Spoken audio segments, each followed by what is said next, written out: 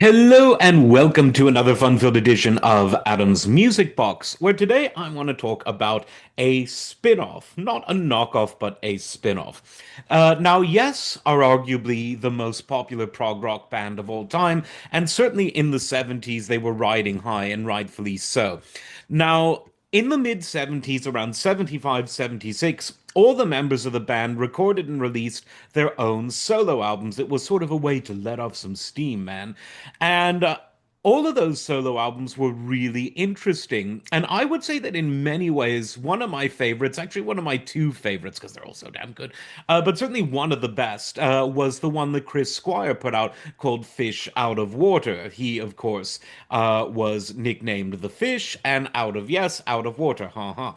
Now, Chris Squire was a co-founder of Yes, and as John Anderson has later said, he was a domineering figure in the band, and so one might suppose that Fish Out of Water would sound a lot like Yes, but I think there's a strong argument that could be made that of all of the Yes solo albums that came out, with the possible exception of short-lived Yes member but total virtuoso Patrick Moraz, this was the most un-Yessy of all. It was quintessential Chris Squire in terms of the Rickenbacker sound, in terms of his vocal work, which was such an important part of the Yes harmonies, but the compositions and in particular the orchestral arrangements were very, very different than what you'd normally expect.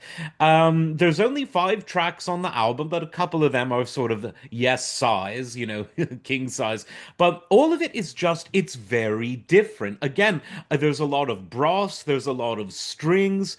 At times it's very sort of funky, but at other times it's very much almost like a more sophisticated, sort of harmonically sophisticated version of modern European light music.